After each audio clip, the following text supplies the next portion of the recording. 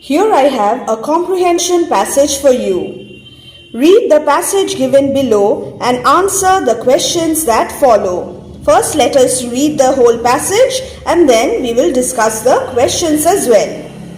20 marks. So, full marks will be 20.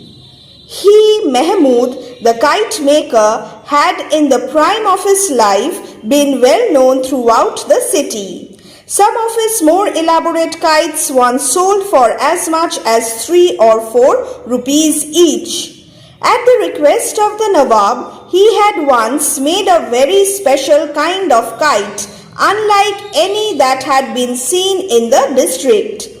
It consisted of a series of small, very light paper discs trailing on a thin bamboo frame. To the end of each disc, he had fixed a sprig of grass, forming a balance on both sides. The surface of the foremost disc was slightly convex and a fantastic face was painted on it, having 2 eyes made of small mirrors. The discs, decreasing in size from head to tail, assumed an undulatory form and gave the kite the appearance of a crawling serpent. It required great skill to raise this cumbersome device from the ground, and only Mahmud could manage it. Everyone had heard of the dragon kite that Mahmud had built, so this kite was named the dragon kite that Mahmud had built, and word went round that it possessed supernatural powers.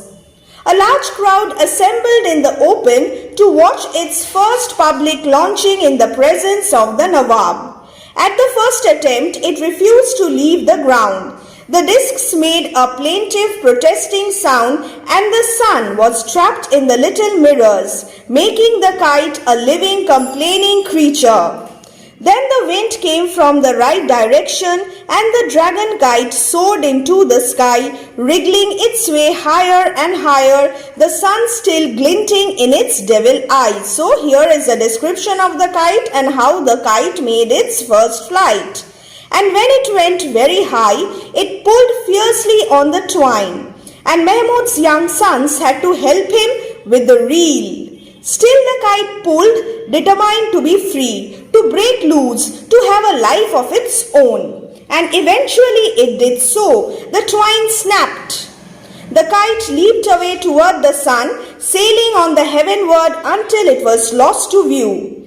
It was never found again, and Mahmud wondered afterwards if he made it too vivid, too living, a thing of the great kite. He did not make another like it.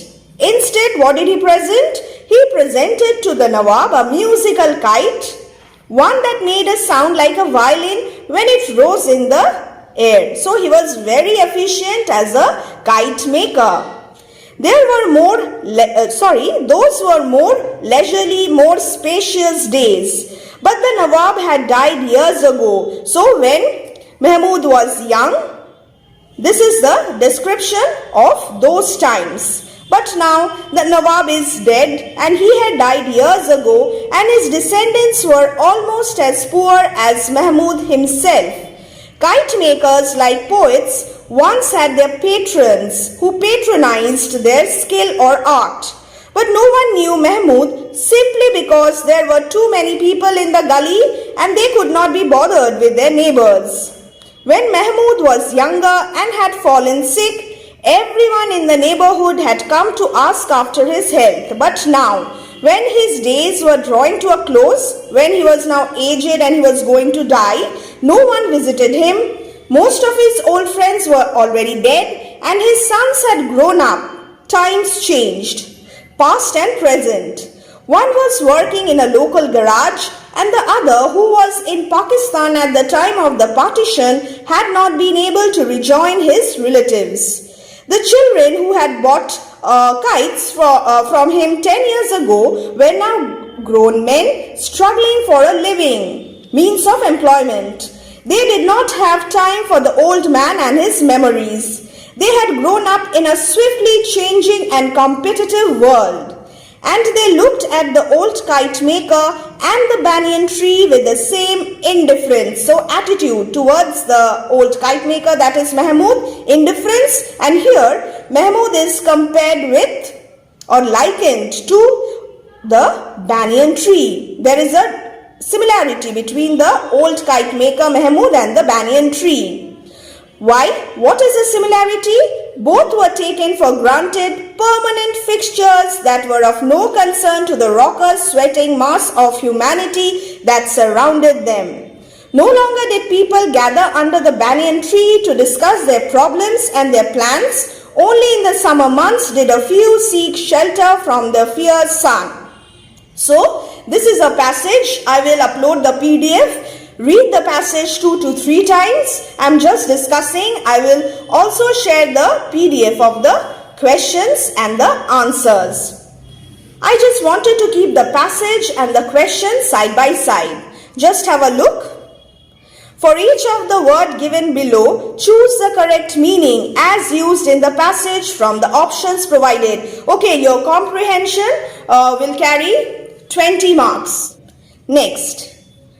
So what is the meaning of prime? Where did we get this? Let me just check. He, Mahmud, the kite maker, had in the prime of his life. What is the meaning? Okay, we'll have to take the context also into consideration. Prime means main, excellent, or the state or time of greatest vigor in a person's life. What is it? Main of his life, excellent of his life. No, when he was young. The state or time of greatest vigor in a person's life, and that is youth. So the right answer will be option 3. Next, sprig. Now, where is this word sprig? Let me just find out here. He fixed a sprig of grass. See, sprig of grass. So, is it a small stem, a descendant, or root? The meaning of sprig is a small stem. Option 1. Next, snapped. Yes, I got snapped here. Yeah. The twine snapped. The kite leaped away toward the sun. So, the twine bit, broke suddenly, or got twisted. What do you think? Yes, the answer is option 2, broke suddenly. Now, let's come to the next few questions. Let me just turn the page for you.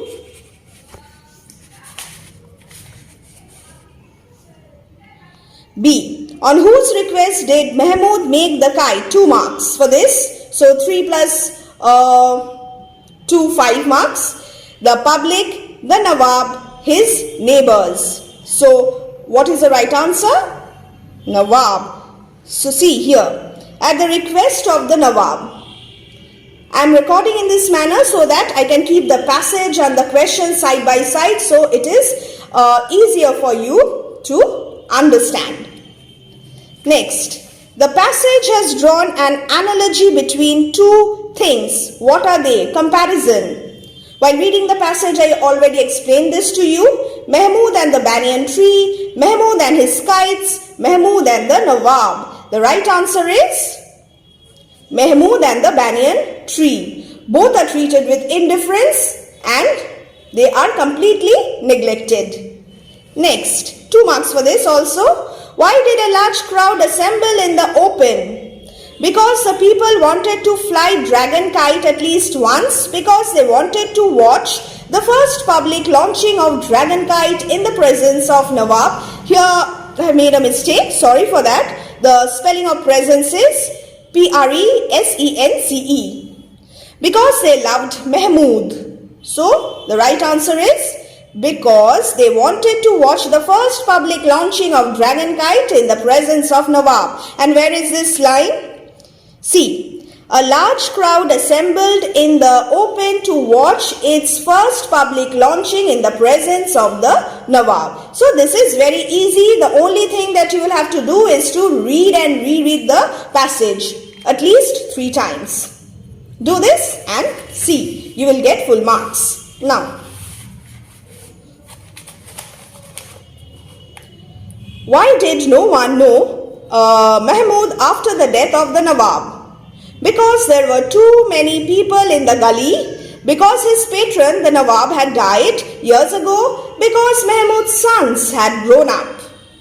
The right answer is because his patron had died years ago.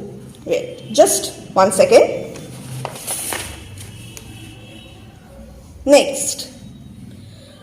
Which of the facts is true about Mahmud, the kite maker's family? They were indifferent towards him during his last days. They had become richer than the Nawab. One of his sons was living in Pakistan. Okay, so what is the answer? One of his sons was living in Pakistan, because I am talking about his family members. His sons, one of them was living in Pakistan. Hence, the right answer is option 3. Why was Mahmud once well known throughout the city? Because of the elaborate kites made by him, because of the gifts he received from the Nawab, because Mahmud's kites possess supernatural powers. Now, what do you think is the right answer? Because of the elaborate kites made by him. So, option 1 will be the right answer.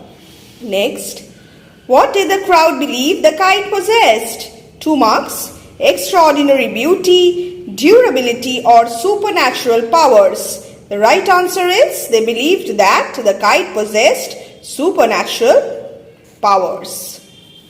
The last question, I. What best summarizes the life of Mahmud over the years? 3 marks. So, you have seen in your specimen paper that question number H carried 5 marks. Here, just for practice, I have divided the last question into 2 halves. 3 here, and the previous one we had 2 marks question. But in the examination, you may get a question which will have 2 subparts, and the total marks will be 5. Now let us quickly see the options. What best summarizes the life of Mahmud over the years? Mahmud flourished under the patronage of the Nawab, but later was leading a life of loneliness.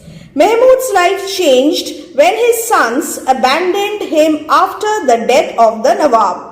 Mahmud could not accept the changes that had been taking place with the passage of time. Well, these are understanding-based multiple choice questions. You will have to read the extract thoroughly, read the passage thoroughly, and you will get the answer. Now, as we read the passage, we saw how Mahmud in the prime of his life was very famous, and the Nawab patronized him, loved him.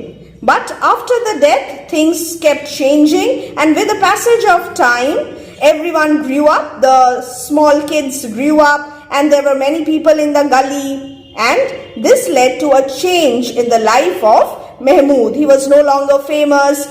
People treated him with indifference, and he started leading a life of loneliness. So the right answer will be option 1.